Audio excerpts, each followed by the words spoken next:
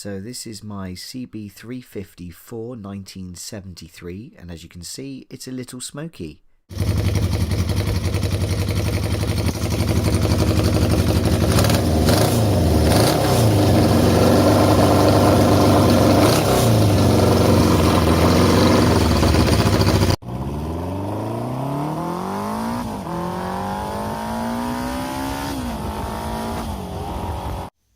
Okay, so the 350-4 is now in the shed, and I'm going to be stripping it down, taking the engine out to have a look to see if we need to replace a piston ring on cylinder 3, and I'm going to be videoing as I go along just to remind myself of bits and bobs that we've taken off and how they came on and off. This should be fun. We're all set up, ready to go.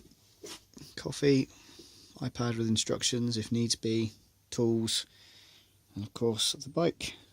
So this is the 1973 350-4. Should be quite interesting and hopefully get this up and running properly. We are getting on a little bit. We've just taken off the exhaust pipes, so there's just some 10mm nuts that go on the end of these studs, and then you've got some exhaust flanges. In fact, you've got rather nice collars. There's the collars 1 to 4, which I'm going to clean up. Looks like the gaskets, which are the circular ones there, they need replacing, and then you've got these collets and they can be cleaned up and then put back in. I'll probably use some high temperature paint on those, and this means then we can get and have a look at the valves, which are on the inside. Let's get a torch so you can see. So if you look in there, you can just about see the valve inside of the pots. So yeah, it's coming on. Both exhausts are off now and stored. I'm going to drain the oil and then take off this oil filter so that it's going to be easier to get the engine out. I've also disconnected the clutch. I just levered the lever up using a screwdriver, so it loosened it off and then just unhooked it. I think the carbs are going to be what gives us the most trouble with this one. I think now I'm going to take the gas tank off. Okay, so for gas tank removal, underneath the seat you've got this little rubber section here, and what I'm going to do is you just peel that back away from the lip of the tank, because that's what's holding it in place. Underneath the left hand side you've got your fuel cock, okay, and then you've got this little pipe that comes off it, and that's actually supplying fuel to the carburetors. So what I'm going to do is remove that. A little bit of a drip, not much, which is good. And then we lift the tank off, okay? And now the tank, you lift it from the back, tilt it forwards, and then pull up towards your chest, okay? So it just comes off these little runners. I'm going to do this with both hands. I'm going to put the camera down if I can. And I think the most important thing about doing this section is that when you lift the tank off, you've got somewhere to put it, because you don't want it getting kicked or damaged. So tilt up, pull from the back, and it comes away quite nicely. Make sure you've switched the fuel cap off before you do that. I'm just going to rest this one down. So the fuel tank is now off, as you can see, and we've got loads more space. I think what we're going to do next is take away this rocker cover here, or breather cover on the case, to give us a bit more room. I'm probably going to remove the ignition coils as well, which are on the top there. I'm also going to take a look at the valve clearance while I've got it in this position, so I can turn it over and just check the valve clearances, see how they are. Okay, so we're back with the CB350-4. I've taken the tank off in the last video. I've removed the coils, which are connected with 2 bolts that run all the way through from one coil to the other, and they've just got a 10mm nut on them, really easy to take off. And then you've just got 2 I've removed the coils, which are connected with 2 bolts that run all the way through from one coil to the other, and they've just got a 10mm nut on them, really easy to take off. And then you've just got 2 connections on either side with wires that are color coded, so that when you put them back on, it's nice and easy as well. I've also removed the crankcase breather casing off the top here. It's got 6 10mm bolts on it. They came out nice and easy. Here you can see the connections for the cam chain that holds it in place. I've also removed all the 10mm bolts, which are all different sizes. Well, there's 3 sets of sizes, I believe, on the rocker cover here. And the rockers are attached through the centre of these 2 bolts here. So I'm going to keep those in so I can lift the rockers straight off with it. The only problem I've got at the moment is that one of my, so that's the rev counter here, there's a little screw I've got to take out before I can unlock it and pull out this cable, but it seems to have cross-threaded, so I'm going to have to probably drill that one out, but we'll get to that. And I'm just letting it soak in some oil, and no hurry just yet. Remove the battery. I'm going to try and loosen off the air box in a moment and see if I can shift it all backwards slightly to try and remove this air boot, this little box that goes into the main air box, so that I can shift the carbs back a wee bit and then unclip them from the engine. That would be good. I've also undone all 4 of these little Jubilee clips, so the boots going on to the carburetors are nice and loose, and hopefully it'll all come away nice and easy. I've taken the bolts from the top of the rocker cover and just put them through a piece of cardboard in order. I've actually got new bolts to go in, but just in case, they're all there ready. I've also taken out the 17mm bolt for the engine oil, which is just under here, and it's dripping away nicely. We've pretty much removed all the oil now, just the last few drips, because I'm going to take the filter off the front to make it easier to get the engine out.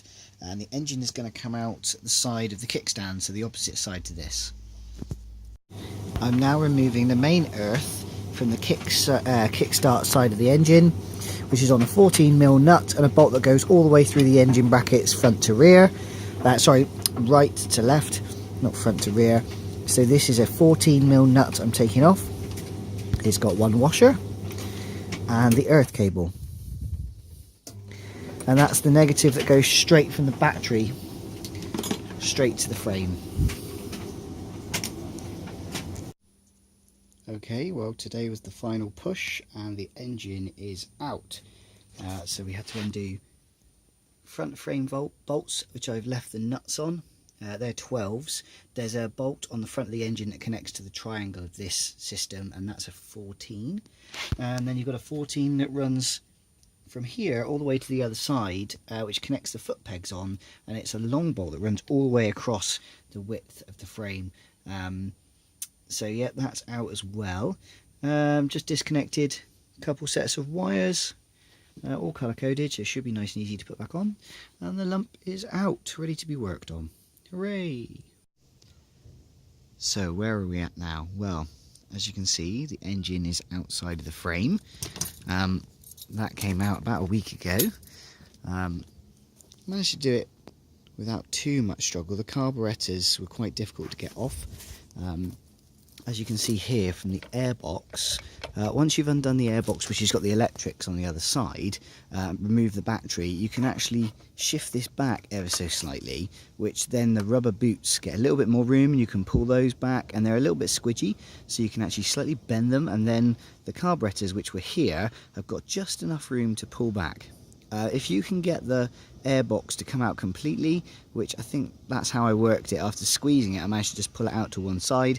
That gave me, you know, about 6 inches of clearance to pull back the carbs and get them out, leaving us with this lovely space once the engine's out. And I've also taken all the rust off the frame and treated it and given it a good spray, cleaned up all the, you know, mounting brackets and pins and put some new brass on those just to make them look really good. There's a new chain which is now being fitted. Obviously the sprocket is still on the engine and the rear sprocket is on the back wheel. and I've completed servicing the bottom of the seat, cleaning up the bracket and respraying it, and putting on some brass fixtures and just cleaning up these little split pins so that they're nice and neat. You can buy replacements, but there's nothing really wrong with them. They just needed cleaning. Drop them in some vinegar overnight and then you know, brush them off. They were fine. So yeah, the frame's looking all right. I've also done a little bit of spray work with the dash display, just masked it up and then sprayed the little collar that's round it, and also sprayed the housings for the dials so they look nice and neat, because they were a little bit pitted and there was some rust coming through underneath, so just cleaned them up and sprayed them. Pretty easy to mask them off, masked all the way across the glass and then cut round the glass using like a Stanley knife or a Crafto knife, so that the glass didn't get any of the paint on it. The glass still needs a bit of a polish up. The rear hub, okay, so this is off and this has got the main sprocket on it, which you can see just there. I've managed to take off all the wax and oil that was on this wheel, and then taken the polishing wheel to it. A little bit of Autosolve first. I use Autosolve and like a Scotch-Brite pad. So one of these little green pads, bit of Autosolve metal polish, that works brilliantly. It's abrasive, but it won't mark up the metal, okay? So you can use that, put quite a lot of force on it. This tends to break up, and it takes off all the like scarring and pitting, and then polished it up with just a standard like hand drill and a polishing wheel with a couple of different soap blocks, one quite coarse, one quite fine, and just picked those up from Halfords, I think it was, so weren't very expensive. I've also taken out the rear brake assembly, the rear brake shoes, one to give it a bit of a service and a clean, and also just to get it a bit shiny, so I'll take the polishing wheel to that as well, and that's up here. So as you can see, the muck is off of it almost. There's a little bit in here. It's quite difficult to get into these little areas because there's lots of crossing over and angles to get into, but with time, with a toothbrush or, you know, with your handy Dremel, you will get into those spaces. It just takes a little bit more effort. Things like the split pin here and the nuts and bolts, I've cleaned those all up, so there's still the original washers and things. There's nothing really wrong with those, but yeah, they've just been cleaned up and put back together.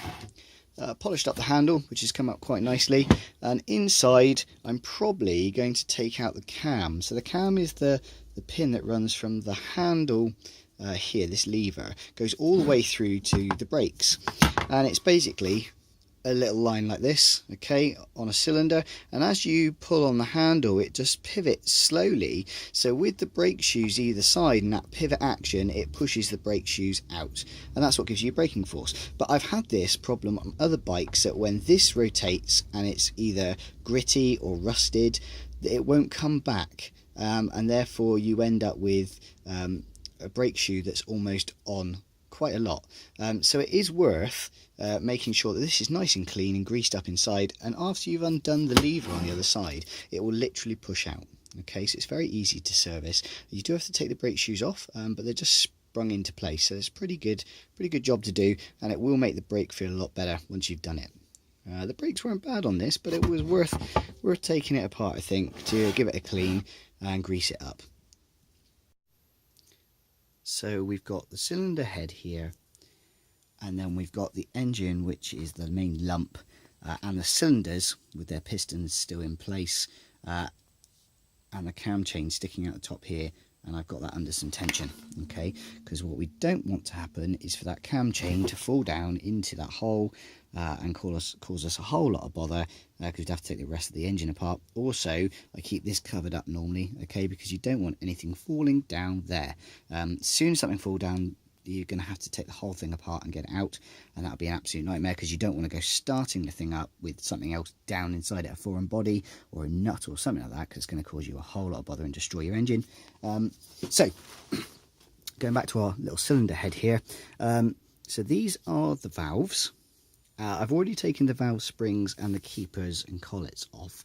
I don't have a valve compression tool.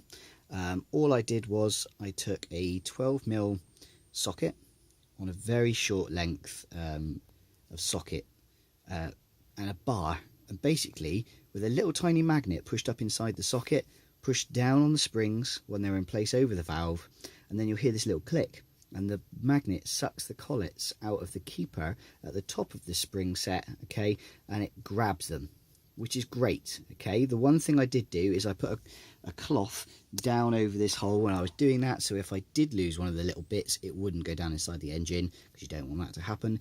But I didn't have any problems whatsoever. You have to put quite a bit of force on it, but you just lean on it, and ever so slightly as you push down, you'll hear this click, and those two little collets will jump up, grab to the magnet, and you've got them safe.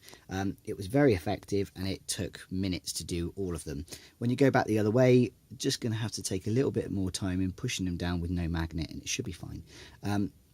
On this cylinder head, I've got no cam, that's been taken out, put safe. Also, the cam sprocket has also been put safe.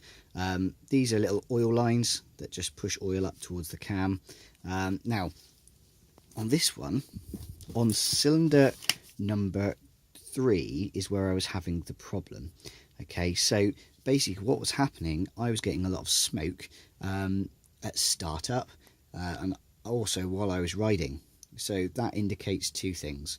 One, that there's a possible piston ring problem, so I'm going to replace the piston rings on cylinder number 3. I'm going to check the cylinder ring gap as well, just to make sure it's not just because they're a bit stretched, but I'll have a look at that. There's no scarring inside the cylinder, so that's good.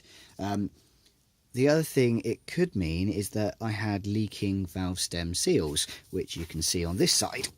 Okay, let's just flip it over. So these little rubber seals here are the valve stem seals. The valves go up and down inside the guide, and that little seal stops the oil from going down into the cylinder.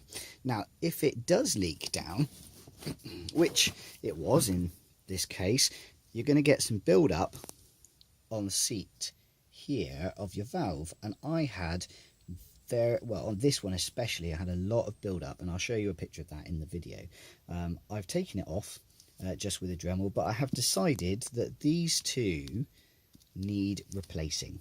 Okay, so I'm going to replace those two valves. They're about £30 a valve, and that way it's done and dusted. I'm also going to replace that piston ring, done and dusted. You don't want to take the engine all apart, put it back together, and realise there was one job you should have done, and it's caused you a load more bother. So I don't want to take this engine apart again for a while. The rest of the cylinder head's cleaned up really well. But as I say, that one little pot there, that one combustion chamber that was having all that build up and that was getting oily while I was riding, it was basically fouling the spark plug with oil and stopping me from enjoying my ride. Every 8 miles, 5 or 8 miles, it's gumming up the plug, and I had to stop and clean it. It was a right pain. So hopefully this will then burn clean and no oil will pass down through. I'm also going to have it skimmed ever so slightly on the head. I'm going to polish up these combustion chambers. I've just cleaned them up with a rag, a little bit of WD-40, just so that I could see what was going on, make sure there's no scarring or pitting. It's not in awfully bad condition. There's a little ring mark here I can see just on that outer edge. It goes a little bit darker there, and that's why I'm going to have it skimmed, just to make sure that none of the compression is getting out anywhere. I don't want any blown gaskets or things like that. And this engine, once it's polished up and put back together, should be lovely.